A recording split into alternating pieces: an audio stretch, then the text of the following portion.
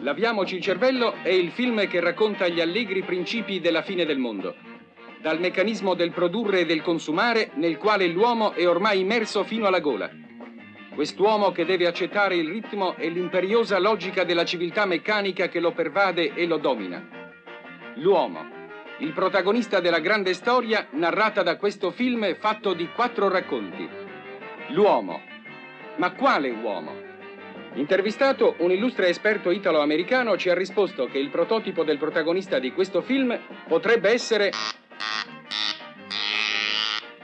È l'italiano del miracolo economico che in pochi anni ha raddoppiato il suo reddito ed ha superato le tradizionali remore psicologico del risparmio. Simulato. Sì, allacciate le cinture per compiere un rapido viaggio attraverso 4 racconti che si limitano a raccontare quali sono le cose che ormai condizionano l'uomo e gli stimoli che lentamente lo trasformano in un essere molle e indifeso. Ro, primo racconto di Laviamoci il cervello, significa Roberto Rossellini.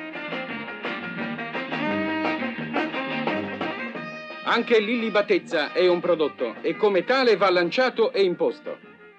Ma...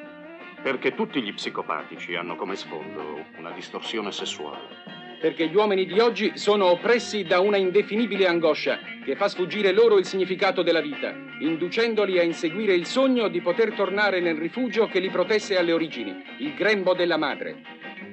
Ma mentre la donna del sogno ci sfugge, torna una donna che si offre ma che è pronta a colpire. Go! Il go di Laviamoci il cervello significa Godard.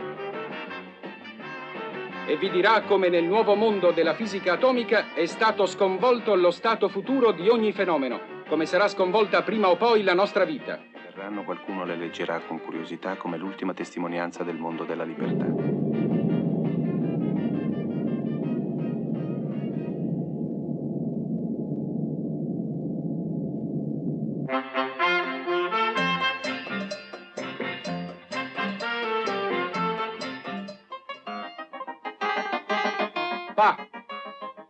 Il terzo racconto di Laviamoci il cervello è Pierpaolo Pasolini, che ha scritto e diretto questo racconto, dove si parla di un mangiatore di ricotta. Ma che vuol dire cose spietate che era necessario dire. E che ne pensa della morte? Come marxista è un fatto che non prendo in considerazione. È malato di cuore lei? No, facendo le corna. Peccato, perché se mi crepava qui davanti sarebbe stato un buon elemento per il lancio del film. Silenzio, si gira. Il bestiale diventa l'umano e l'umano il bestiale, dice la Bibbia. E allora tutto è permesso. Il consumatore non può più sfuggire alla produzione e si vende l'anima al diavolo senza pensare al mistero della vita. È un mondo di stelle cadute nel fango, dove l'occhio freddo dell'obiettivo è sempre in moto alla ricerca di immortalare fra un angelo e un diavolo il re della nostra epoca, il capoccione, il pezzo grosso, colui che condiziona la nostra vita, imponendoci continui esercizi di scrittura che danno vertigini e crampi ai consumatori.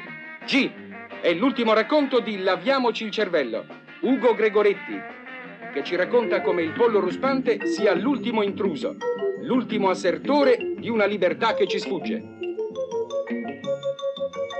Venire a piantare i cavoli qui vuol dire non aver capito niente.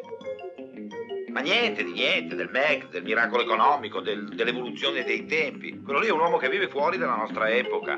Quest'epoca in cui la fraternità e l'amore rendono possibile la libertà di viaggiare in automobile. Tutti, sia quelli che hanno saputo investire, sia quelli che si sono lasciati investire, dando indistintamente a tutti una concezione di liberazione e di felicità emotiva che permette agli impulsi dell'inconscio di affiorare sensibili visioni. Laviamoci il cervello. 4 racconti, 4 registi.